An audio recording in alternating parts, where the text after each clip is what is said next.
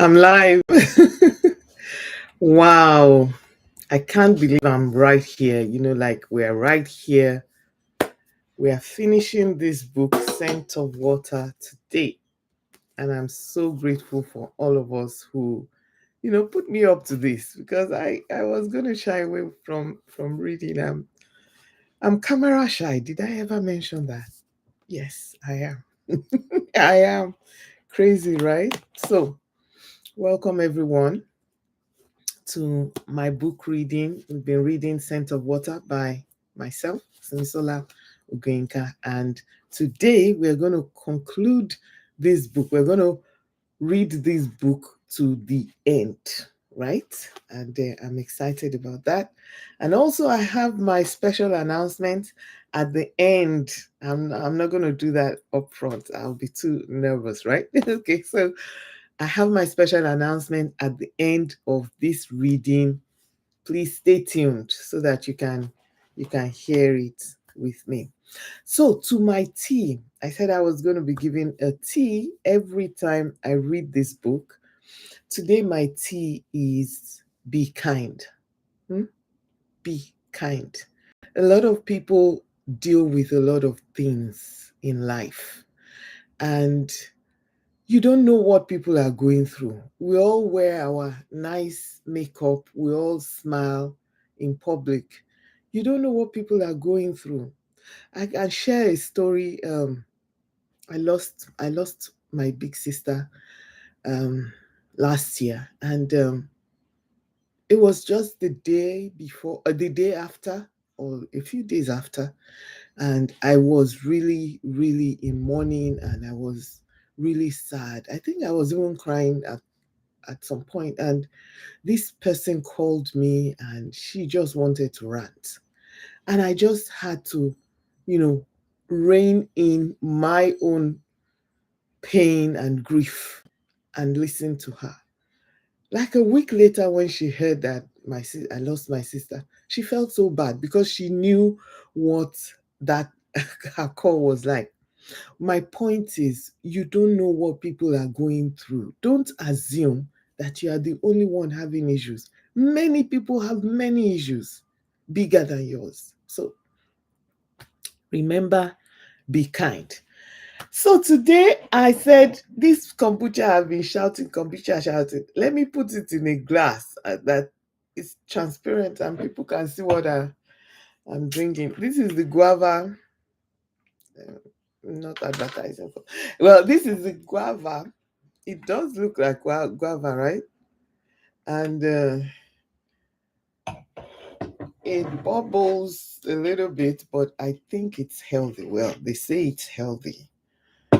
When I drink this one, it's as if I'm drinking palm wine. Honestly, that's gives me that vibe. So, but of course, it's very healthy. It's not alcoholic or anything. Okay, let's get to reading Scent of Water. We're starting from chapter 43 today, and we will go to the very end. My glasses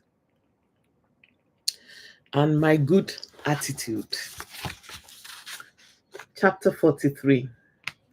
Esam wore a pink wrap top with a matching layered pink and chocolate brown chiffon skirt. She adorned herself with simple gold accessories, light makeup, and high heeled shoes. She'd closed earlier and spent the rest of the afternoon picking and agitating over what to wear. She'd never been much of a fashion person. That was Amma. She wished she'd called her sister to help, but felt a little ashamed and self conscious, jumping at Mike's invitation so eagerly. Not that Amma would criticize her, her sister had, in fact, tried to get her to date on so many occasions. She had almost given up on her. Mike was waiting for her in the restaurant of the Mirage Hotel, smartly suited in black with a sky blue shirt and a silk tie. He was stunning. He stood up the minute she entered and stared at her, numbed. Hi, she smiled. Hi, he croaked. He gave her a light peck on her cheek and pulled a seat for her. When she was seated, he called on the waiter and they ordered drinks. She wanted Chapman, he wanted pure orange juice. 2 bottles of water, please, he said before the waiter left. He looked at his date and smiled. He brought out the perfume he'd bought for her at Soon 7 Body Wares. He hadn't seen the Chanel number 5, but it was Elizabeth Arden's red doll. He'd carefully wrapped it. I bought something for you, he said. Congratulations, consultant. Oh, she exclaimed, thank you. She took the small rectangular gift wrapped in rich silky red paper and began to open it. He looked pleased that she was curious. She was wowed again as she saw the perfume and had a whiff on her wrist and neckline. Thank you very much, she cooed. My pleasure. Their drinks were brought. Dinner is buffet, he said. Maybe we should eat before we talk? She agreed. He teased her at the dinner table as she desperately tried to decide what to eat. She finally settled for white rice with a little edikaikong and fresh fish. He took coconut rice with assorted meat, fish, and chicken.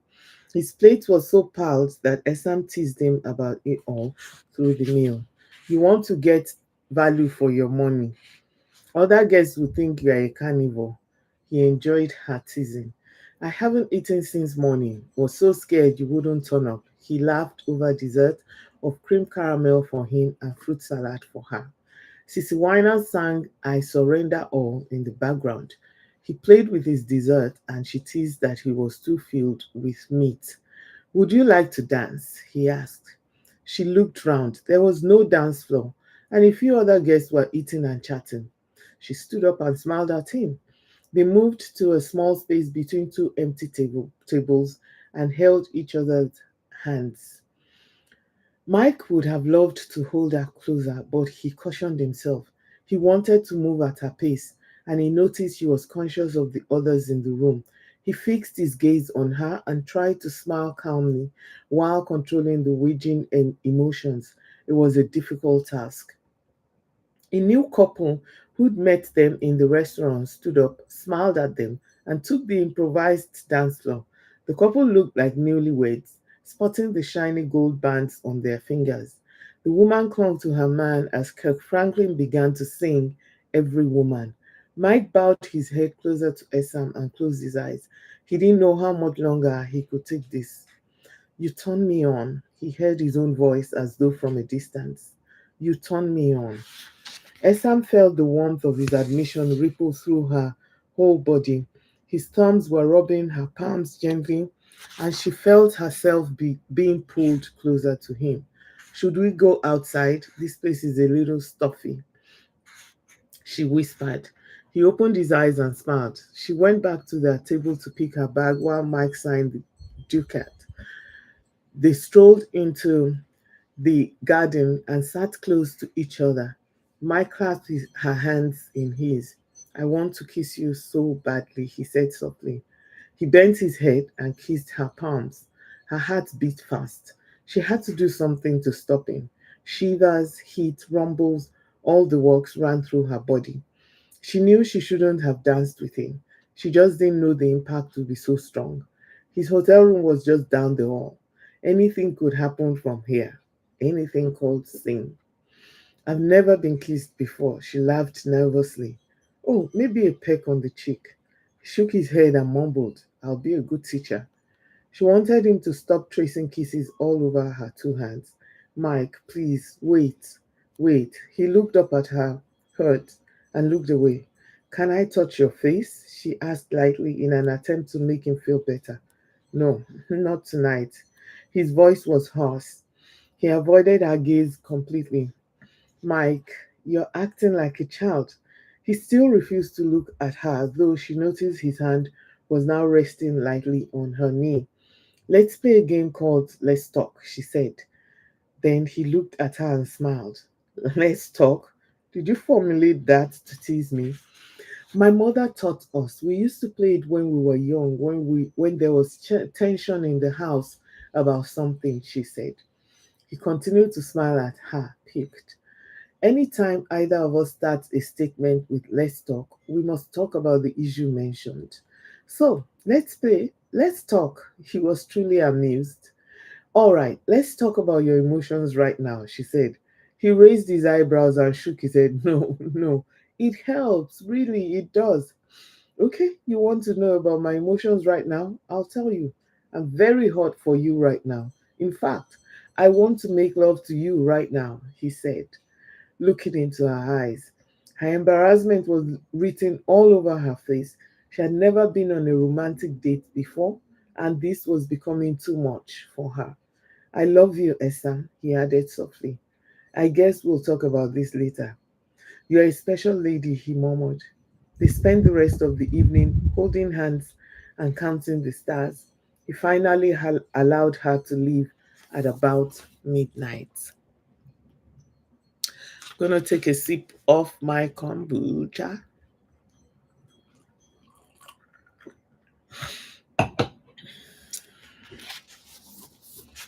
Chapter 44. Let's talk about your dream, he said. He'd been pleasantly surprised when the reception had alerted him about her presence. He'd slept as soon as he hit his bed like a baby the previous night and woken up to the call from the reception. They were in his room, something she reluctantly agreed to after he vowed he would play Let's Talk fairly. She was on her way to work and had just popped in to say hi. He arrested her and made her call in and take excuse to be late. It was a very funny dream, actually. I remember it clearly. She narrated the dream and the subsequent occurrences. I was a real bad boy in there. I had given up on living, Mike said, looking at her fondly. You brought me out. God brought you out. Through you. You were available, you were sensitive. Well, thanks. I'm glad I was useful. He placed an order for popcorn and ice cream from Angel's Ice Cream and bar for her, and it was brought to the room. You had your own kids in the dream, two boys and a girl? Yes. In fact, I'd gone to pick them from school. It was so natural, as if I'd had them all along. They are my children. I'm going to give you a set of twins, a boy and a girl. And then Ayo, of course, is the second boy in the dream. Humor me, she laughed, strangely delighted by his analogy. Let's talk about your wife. Oh God, why do you like controversy? You agreed to play by the rules, she charged. Okay, okay, he sighed. First, I divorced her. Why? To marry me? You know it's against God's desire for us to remarry when we divorce. Easy. I found out she'd remarried. Are you sure? Esam felt sorry for him. Yeah, it was a grand larceny. She didn't think I would come out of jail. She sold all my properties and closed down my business, abandoned my son with her parents, and took off with a Chinese. I heard they got married in Greece. Did you confirm this before you divorced her? I asked her, and she didn't deny it. Did she want to reconcile with you, or why did she come for the trial? I don't know, Esam. All I knew is I couldn't be one of two husbands. From what I heard, she hoped to keep both of us. Mike rubbed his eyes. She felt sorry for him. What sort of woman was that? You must have loved her very much. He pondered on that, staring at her seductively. She looked away from him. I didn't love her. She was a whore I picked up at a party, he said painfully. I married her because she lied to me that she was pregnant for me. She told me the truth about 3 months after our marriage, and no baby was growing in her stomach. He spoke as though he was tortured. I'm sorry. So let's talk about God's divine plan for divorcees like me. He smiled. She noticed he smiled a lot, especially because he looked more handsome when he did. For someone like you, I guess you're free, but God will still want peace. The days of ignorance, he winked at. That's true, she replied reluctantly. She knew he was trying to make her provide a scriptural basis for their affair. And if the unbeliever departs, a brother or sister is not under obligation to stay. But God has called us to peace, she laughed. You've been studying. He felt proud she was impressed. Oh, so let's talk about your salvation experience. Are you qualified for that option in 1 Corinthians 7:15? Are you a brother? I am. Tell me, by the grace of God, how did it happen? Ephraim led me to Christ during one of our sessions, he said simply. He never told me. I wonder why, he said mischievously. I think you asked him not to. I think I did. You're so funny. How's it been? Exciting and challenging, frustrating. Frustrating? I couldn't have you last night. Oh, please. Like I was a glass of juice. Aren't you? You are the juiciest. I have to go. She stood up. He burst into laughter. Can you pick me up at 5 p.m.? What's the occasion? I promised your sister to spend the evening with them. You didn't plan to tell me. No, he said blankly. She laughed. She enjoyed his company so much. She suddenly realized she didn't want to leave him. She checked her watch and shouted. She'd been with him for almost 4 hours. My boss will kill me, my patients. I thought consultants could go to work anytime they liked. Did I also hear you say boss? You have a boss, consultant woman? Yeah, right. Like there were no consultants before I became one. She grabbed her bag. He stared at her from where he sat at the edge of the dressing table. Let's talk about our future together. No, no, that is not fair. No, you have to play by the rules. Please, Mike, I have to go to work. You have to play by the rules, he grinned. Look, when are you going back to Lagos? When you release me to go. Oh, Mike, you have no game spirit. You cheat all the time, and you're so funny. I mean that. He stood up and walked slowly toward her. I don't know. How long will the business you came for last? As long as you want it to. You are the business I came for. He stood right in front of her. His eyes had changed. They were concentrated and glazed. She shook her head and laughed. Mike, I want you to touch my face. She sighed and cupped his cheek with one hand. He moaned her name and closed his eyes. You torture me, Esam. She removed her hand quickly and stepped back. He had a way of always turning them both toward their sexuality. I'll take you to my property here in Calabar, maybe tomorrow. He breathed deeply to gain control. You have property here? You. And yes, I have lands here. But don't forget we have a pending game right now. Tell you what, I'll take the whole day off tomorrow just for you. If you allow me to go now, please. Good deal. Then we can talk about our future together.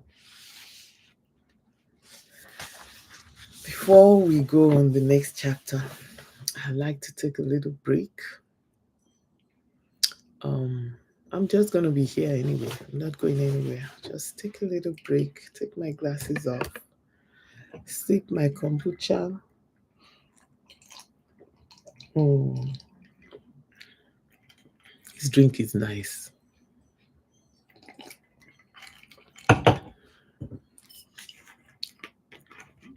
No refill.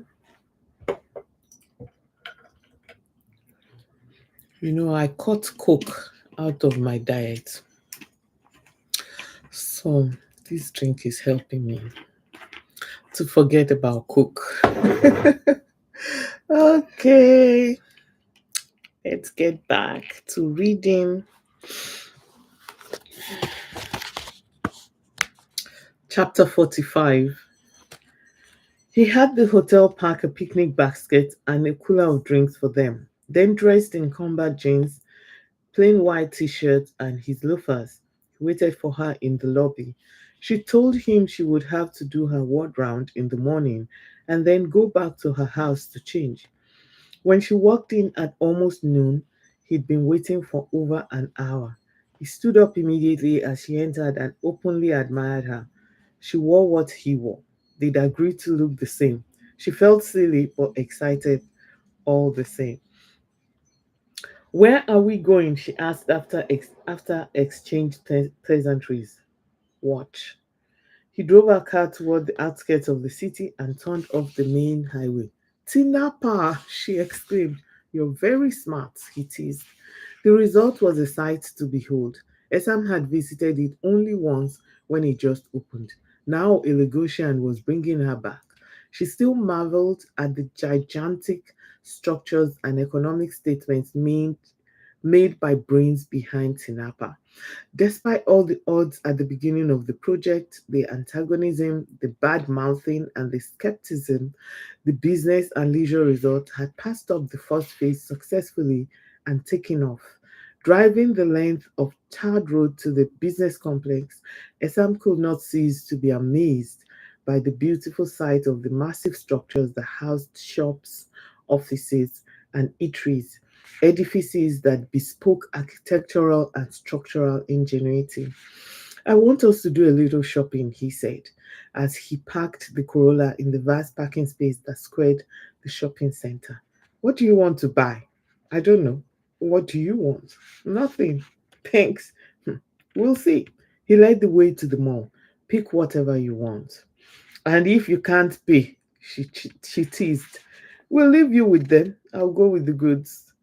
They turned to different sides of the massive shop. Esam picked identical two-in-one tank tops for herself and her sister, jewelry set for their mother, and silk ties for Effiong and Mike. I'm not sure of your shoe size, he said from behind her, jolting her.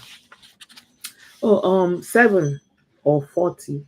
Sansan, oh, he thanked her in heavily accented Efik, which brought a smile to her face. When they met at the counter, Mike burst into laughter. His trolley was filled and dropping. Esam had not even needed a small basket for her shopping. I'm sorry I scared you, Mike teased, laughing. Okay, we won't leave you here, I promise. You're not serious. You think that's why I didn't buy much? She laughed. I knew you won't buy much. He paid for the stuff. Let's enter Milady's and see what they have, he said, moving ahead before she could stop him. When she caught up with him in the shop, he was already picking things. What are you doing? What's all this shopping for? She exclaimed. I want to impress you, he teased, admiring a beautiful silk dress. I'm overwhelmed already. You don't want me to spoil you, my lady? He sulked mockingly. No, she laughed. That means next time I'll come alone. But let me pick this last one. He pulled the blue silk dress gown from the row. Sorry. Let's go to the lake resort, he said. They spread the small mat they brought along on the lush green grass at a secluded spot overlooking the beautiful, calm lake. Who's going to eat all this? She exclaimed. I want to blow you up. I like fat women. She picked up a piece of fried fish and nibbled on it. I saw how fat Sandra was.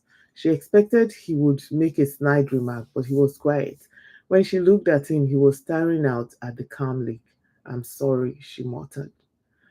I'd appreciate it if you don't ever mention her. I don't want to talk about her, he said sternly without looking at her. She picked a chicken drumstick and reached out to him. Eat. She took a can of ginger beer and opened it for him. He collected both from her. You can't avoid talking about her, she said quietly. I know it hurts. What do you know about hurts, Esam? He asked stiffly and regretted it immediately. I'll tell you what I know about hurt. She dropped the fish on the mat. Baby, I'm sorry. Bassey raped me more than 10 times during my marriage to his father. Baby, no, don't say it, please. He dropped his meal and hugged her tight. She burst into tears. He allowed her to cry. And when he was sure she'd had her fill, he pulled back and kissed her, full on her lips. Her lips were supple and warm. He took full advantage. I love you, Esam. I want you to marry me. He whispered into the curve of her neck. She sniffed and pulled back. Need was strong in both their eyes.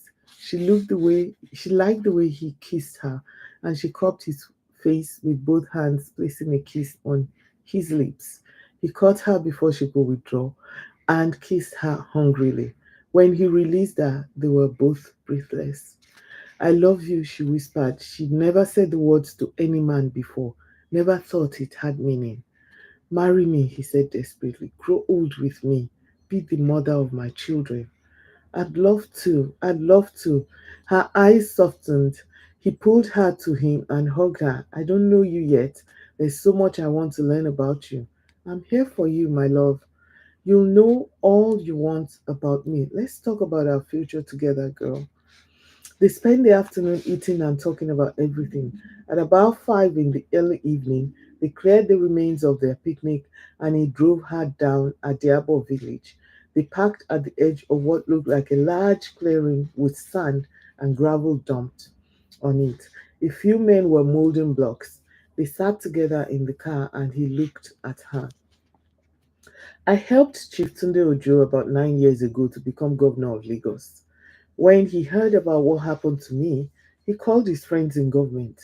Right now, I'm developing properties in Lagos, Abuja, Oshogbo, Port Harcourt, and here. The list I have is in Abuja and it's over 100 standard plots, he said. She gaped. You're back, bigger and better. Not yet, but by the time I finish with this one, I don't know. I'm so happy for you. For us, my love.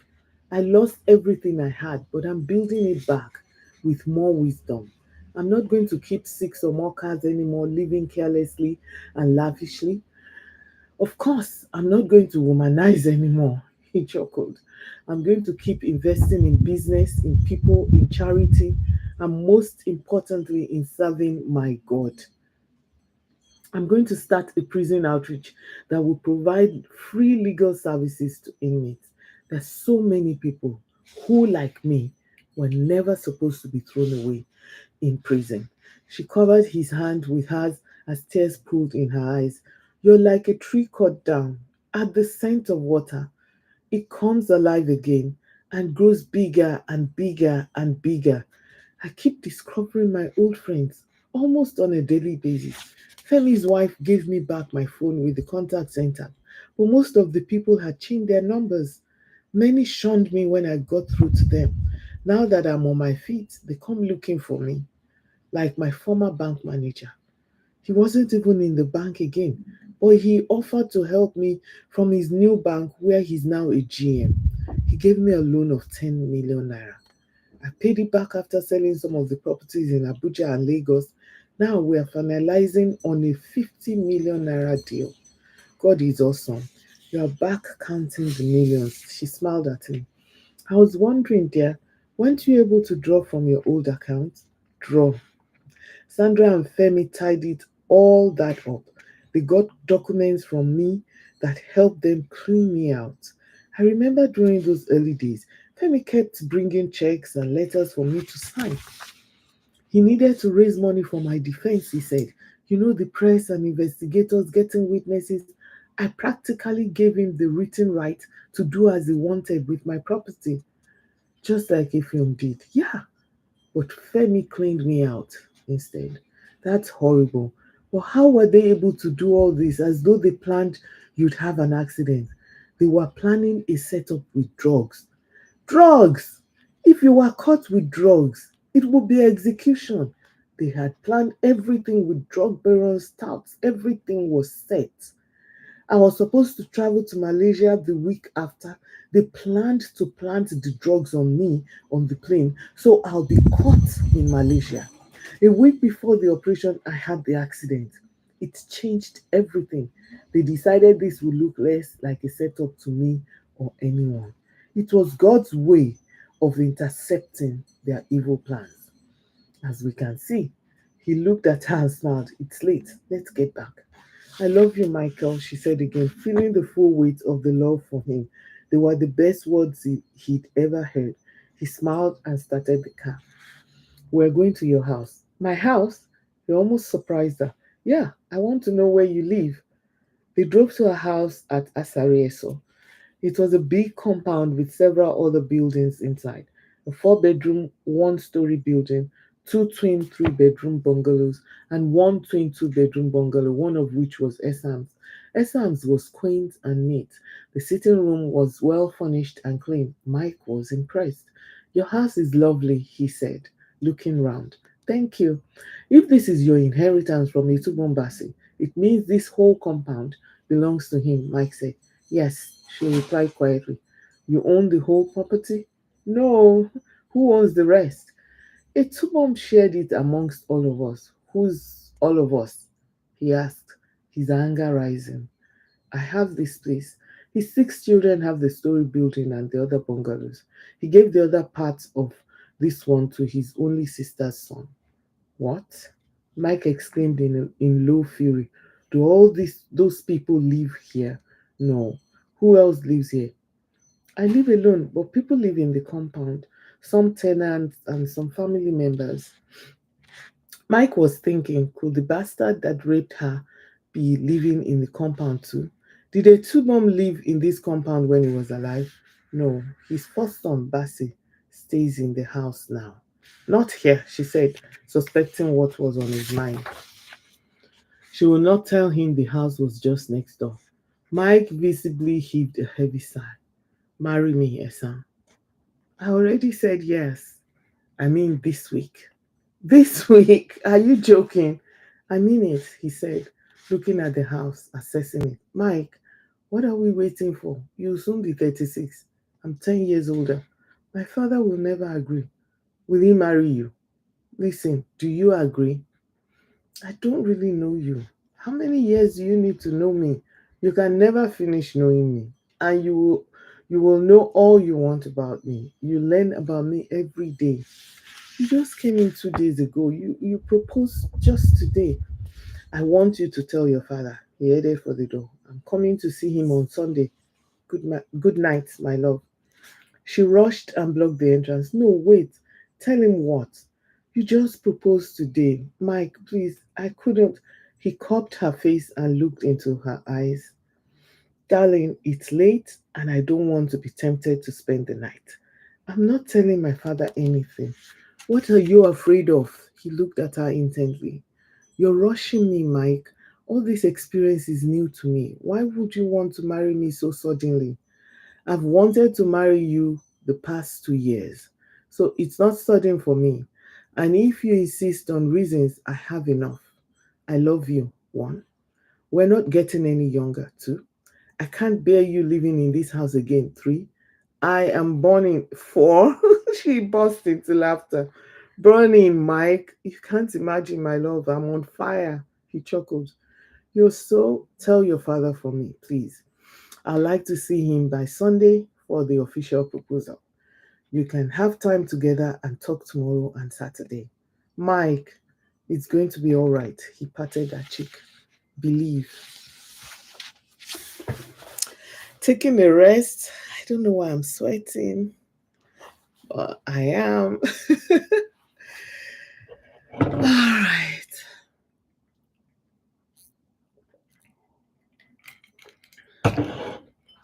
Okay. Chapter 46. She called her twin sister first after he left. He wants to marry me before he goes back. I don't know yet. We've not really talked about all that. I love him. I'm happy for me too. We'll come to your house tomorrow. Then she called her friend Asa. I'm getting married. It's true. Oh. Michael Dabi. I do. We'll talk later. We haven't fixed the day yet. Bye. Thanks. Then she called her boss. I just wanted to thank you for giving me the day off today. Please, sir, I'd like to see you in your office tomorrow. No, sir, nothing like that. Dr. Ita was there personally with two other anesthetists. Yes. We found a vein on her scalp after the vein ruptured on her left foot. Her pulse rate had stabilized by the time I checked in on her with Dr. Agante. Yes, sir. Unfailingly. She wasn't on this phone to talk about a patient she had in intensive care unit. To exonerate herself and justify just this one indulgence, she called her friend Asa Agantem every hour to keep tabs on the 1-year-old they performed a laparotomy on, a corrective surgery for intestinal obstruction secondary to intussusceptions. The surgery had been successful and the child was due to leave ICU. Yes, sir. It's a personal thing, sir. No problem, sir. She needed his advice from a man's point of view. Thank you, sir. Then she hugged her phone to herself and wondered how she got to this point. She couldn't sleep in the night. She couldn't plan either. It was all so sudden. Here she was suddenly about to be married. She was confused and afraid. She looked round her house and at herself. She'd lived alone for about 8 years, had been in a traumatic relationship for 7 years. Now she was about to step into another marriage and she was scared stiff. But she stopped herself. Mike loved her and she loved him too. She couldn't imagine herself without him. She'd waited for well over a year since the case ended for him to come back. And now that he was back, she was scared. And he would want her to go back with him to Lagos, probably. She knew she could get a job easily in Lagos at the teaching hospital, especially now that she just passed her examinations. Esam did not sleep all night. She tossed and turned throughout the night, and when her eyes opened fully at about 2:30 a.m., she prayed till 6 a.m. when she got up to prepare for the day. Mike paced the room at the hotel making calls. He first called his secretary. Bookie, yeah, it's me. What's the name of the caterer you contacted again? Aunt. What sort of name is that? You're sure she's good? Very good. Okay. Photographs and video? Cybermall. Okay. How far with the decorations? Aunt too. Okay, okay. Just make sure all is ready. Sunday afternoon. Yeah. The Mirage, of course. Where else? He hung up with a snap. He called his brother in Oshogbo. Bros, sorry to call so late. Yeah, I'm still here. Yeah, yeah, it's Sunday. First flight on Sunday. No, please, it's better you come in with the last flight on Saturday. Yes, the Mirage Hotel. No problem. Thank you. See you all on Saturday. Good night. He called Ephraim. She agreed. Yeah, thanks. Sunday. The house? Thanks. Thank you so much. I'll collect the keys tomorrow. Tomorrow morning. I want to see the place. Thanks. Good night. He called Anslem, his project manager. How far, Anslem? Anything new? Good, good. I may be in Calabar for a while. Is Alariwo in town? Okay, I'll call you soon. Meanwhile, any payments, I'll check my account. That's great news. Stay blessed. Thanks. You're a brother. He dropped on his bed fully dressed and closed his eyes. He missed her. Soon, he told himself, soon. He fell asleep thinking about Esam. Amma turned and looked at Effiong. He was asleep. She thought of waking him up, but decided against it. She walked to her kitchen and got a bottle of Coke from the refrigerator. She was totally confused. What would their father say and do? She remembered how angry their father had been when she told him she was marrying Effiong and how he told them he would choose their husbands for the girls. It was crazy. He'd even tried to marry Esam off a second time. Was he fully sorry about the damage he'd caused Esam? Would he cause trouble again? She called their mother. Mom, I can't sleep. Esam wants to marry Michael Dabi. Mom, are you all right? Mom, Mom, you scared me. We have to rally round Esam this time. This is what she wants. Mom, you need to be strong. Oh, Mom. She burst into tears and hung up. She looked up and sighed. Tears dripped down her face. Oh, Esam, why won't their mother just stand up against this man for a change? Esam will be so broken if anything went wrong. Asa Agantem looked at her watch and sighed. Esam was getting married at last. She thought of what Esam may need support. That was the most important thing. She called their pastor. She knew Esam would expect her to. Esam wasn't very close to the pastor. Good evening, sir. Yes, sir. Thank you. How's Mama? Sir, I just thought I should call to tell you Esam is getting married. I knew she may need our support and she wouldn't know how to ask. I'll ask her to call you. She'll be very glad. Thank you, sir. Good night. She hung up feeling fulfilled. She slept peacefully, thinking of the day God will remember her also, and she would be married. Mary Henshaw sat up suddenly and clutched her wrapper to her chest. The old grandfather's clock on her wall said 2 a.m. She rubbed her eyes and stood up, securing her wrapper round her chest. Itubom slept noisily in the adjacent room. She entered his room quietly and sat at the edge of his bed. Her husband snored on. After the third tap, he woke up and grunted. Itubom, Mbok, wake up. I have to speak with you, she said softly. She had never done this before, but she knew Esam needed her this time. Her husband groaned and turned, looking at her with disgust. He muttered in ethic and sat up. Ufa, Sitibe, he asked. I cannot sleep. Take Valium. Please go away. When you hear what I have to say, you will want to listen. Ekaiba, say what you want to say. I want to sleep. Our daughter, Esam, has gotten a husband. It is impossible. Etubom stood up. Etemni, it is possible. She is a grown woman, not the naive 19-year-old you pushed to marry your father's friend. Oh, she hissed. Etubom left the room to urinate and came back rubbing his eyes and yawning. What time is it? Look, woman, go to sleep. We will talk in the morning.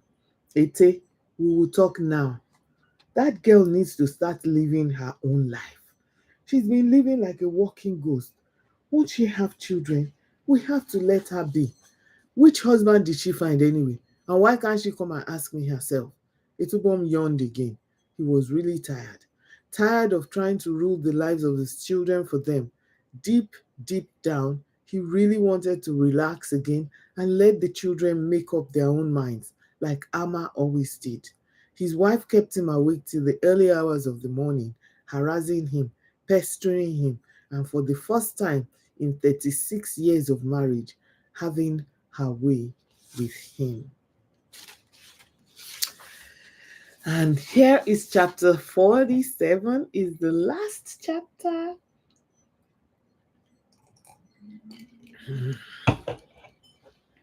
Last chapter of Scent of Water. And I'm going to start reading right away. Chapter 47. Esam wore double-layered beaded georgette kaftans in mustard and turquoise stones. She adorned herself with heavy turquoise beaded jewelry. She was the toast of the day. Mike wore pure white guinea brocade kaftan and black leather slippers. He was clean-shaven, smooth, and looked 10 years younger. Staring lingeringly, they couldn't keep their eyes away from each other. They'd both chosen their own custom made wedding. In the morning of Tuesday, they'd gotten married at the Calabar Municipal Registry, changed, and gone back to Etubom's house for the traditional marriage, which their pastor had agreed to preside over. It was exactly as they had planned it, and Etubom was just a spectator. Esam had been astounded at the extent of Mike's preparation. Virtually his whole family, including his handicapped mother and only son, had showed up at the meeting on Sunday, where they'd fixed the wedding for the following Tuesday. Esam had expected her father to cause trouble, but the old man had sat calmly through the whole procedure, only chipping in a word or two on their behalf when the few family members they'd hurriedly assembled tried to be difficult. The church had arranged counseling sessions for them throughout Monday, and in the evening organized a testimony night. When Esam and Mike arrived at the church, they were stunned at the crowd that gathered. News had gone round like wildfire, and no one wanted to miss the spectacle. Within a week, Esam's life had taken a brand new turn. One Tuesday, she woke up a widow, the following a bride. You look like a sweet 16-year-old, Mike whispered into her ears as the ceremonies proceeded. And you look like a dashing macho. He stole a kiss on her shoulder as she giggled. Esam's pastor spoke the blessing over their lives after the traditional gifts were exchanged and joined them in holy matrimony. Reception followed immediately. While the guests ate and drank, the bride and groom were invited to take the floor. They danced with their friends and family and retired early. Mike had made all the lodging and transportation arrangements for his family. He called Efiam aside, whispered a few things to him, and sneaked away with his wife. He hadn't shown her the house he rented for them at Satellite Town. It was a round fenced 4-bedroom bungalow with 2 self contained rooms, boys' quarters. He'd taken the whole compound. Esam whooped and jumped on him when they got there. We're not sleeping here tonight, but I made arrangements with Ifeoma and Nama to help pack your things from Asareso. We'll stay in one of the hotels at Tinapa for a while, he said, pressing kisses on her face and neck. Anything you want, she whispered. Her words triggered unbridled passion, and for the first time, Mike and Essa made love on the rugged floor of their house at Satellite Town, while a suite waited for them amongst the lush rooms of a five-star hotel at the Tinapa Business and Tourist Resort. Epilogue. Let's talk about the day you fell in love with me, she said. Sure, I fell in love with you the first day I met you, he said. You were wearing that ridiculous baggy jumper, but I couldn't stop thinking about you, he laughed. You think it was love at first sight? You bet. I'd seen you at the outreach your church came to do. One of my cellmates came and told us there was food. He succeeded in bringing out one or two other inmates, but not me. Instead, I came and stood outside and watched with irritation. I didn't need the church food, I remember thinking. I needed to get out of there. I saw you staring at me from the distance, and I was thinking, why is she looking at me? Does she want to come and join me? He laughed.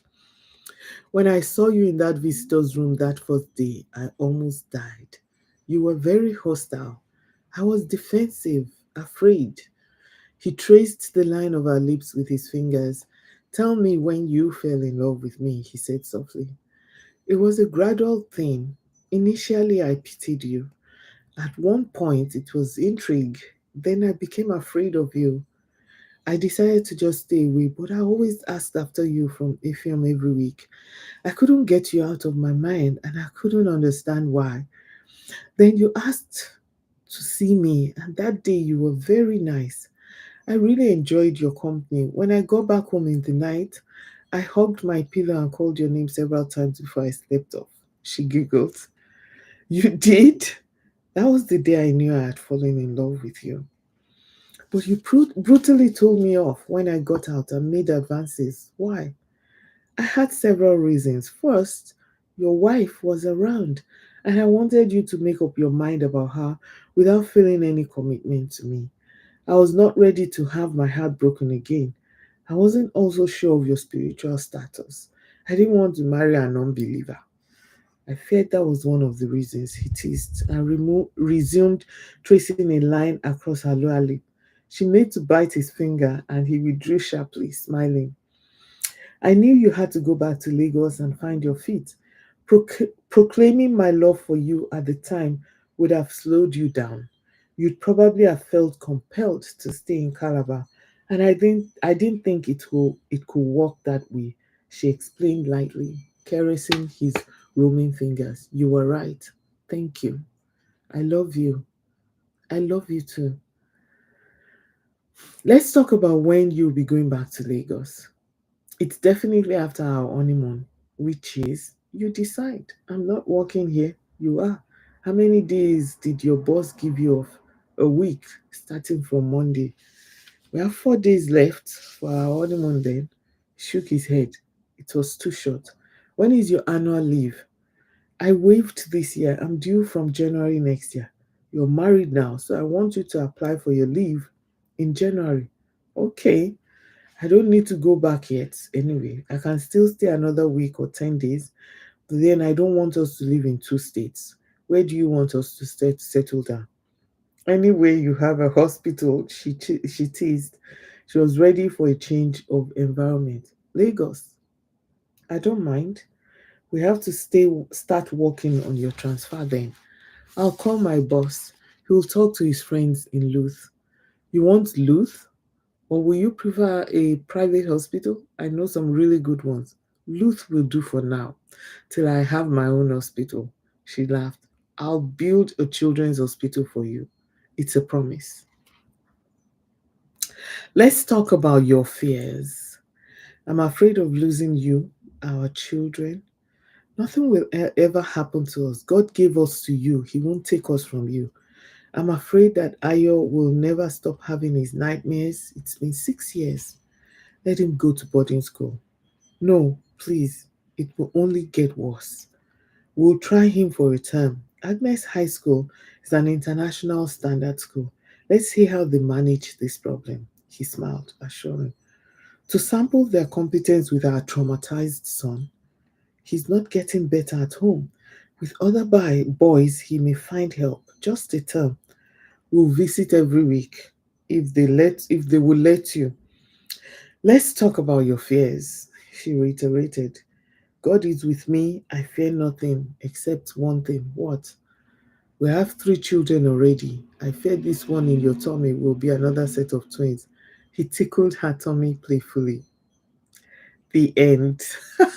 We got to the end. Yay. Thank you so much. I see a few people on the line, on the call. Thank you. Thank you. Thank you for joining and getting to the end of this book with me.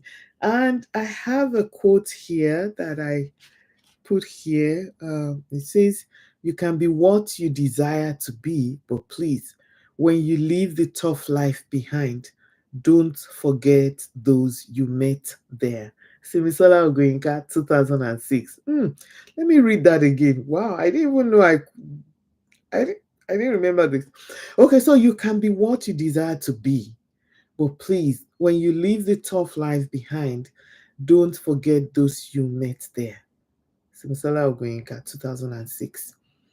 And it sort of like ties in with my, you know, tea that I gave earlier to being kind.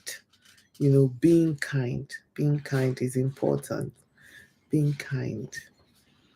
I'm not going to read this, but I have my call to salvation. Are you saved at the end? And I also have the Nigerian child's my vision. I guess if you get the book, you'll see all of this. And then we have other books by the author. And then we have about Scent of Water and about the author. And we are done with this book. Now to my big announcement. I have a special announcement to make. And here is my big announcement. My online writing course will commence in April of 2025. That is the big announcement. I have been talking a lot about my online course, and I've been, saying I'm doing it. Now I have a date. April 2025 is my month of commencing my online writing course. And let me give a brief introduction. Welcome to Mastering the Crafts of Writing, your guide to unlocking the writer within. Whether you're a complete beginner or an experienced wordsmith, this course is designed to help you sharpen your skills, boost your confidence, and explore new techniques that will elevate your writing to the next level.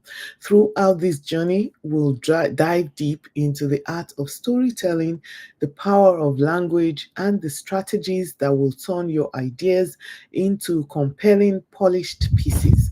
From creating unforgettable characters to mastering the perfect sentence structure, you'll receive practical tools and insights that you can apply immediately to your writing projects.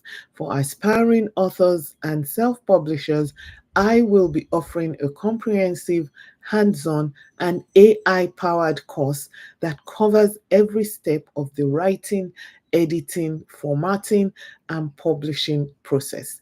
Additionally, the course will guide learners in leveraging AI tools, selling books on Amazon, joining affiliate programs, and marketing your books effectively.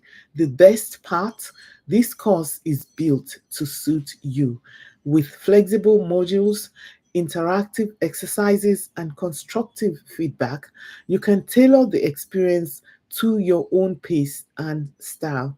Whether you're writing fiction, essays, blogs, or anything in between, you'll have everything you need to succeed. Ready to transform your passion for writing into your greatest strength? Stay tuned. More importantly, I am going to have writing courses tailored just for kids. I'm excited about this. I started writing at the age of 10, so I have a good idea what our talented children need. Watch this space. I will share the modalities going forward. It is well. Thank you for listening. And there I end my streaming for today. We have come to the end of Scent of Water reading. If you missed any of it, you could start all over. It's all in my channel, and you can start from chapter 1 if you just click on the live uh, button. You will see all of it, and it's in a playlist, so you can actually just start from chapter 1 and it just continues playing up until the end. Like if you, especially like maybe you're on a long road trip, fantastic, you just play it and you play everything. It reads all through the whole book. Yeah, so that I will come to an end. I'm feeling emotional. I don't even know why. Was I so attached to Scent of Water like that? But yeah, that was one of my favorite books of all time. Beautiful love story, beautiful classic story. If you haven't yet subscribed to my channel, let's do that right now. Subscribe to this channel, hit the bell so that you can get notifications when I upload new videos. Like this video, share, and let me hear from you. Comment, put something in the comments. And before I forget, this is not something you forget. Before I forget, I'm giving away Scent of Water. If you if you put a comment about the reading, if you let me know what you got from it, or when you finished the book, or how you see the book, just leave a comment and you will get a digital copy of Scent of Water from me. Thank you once again. I love you. Bye.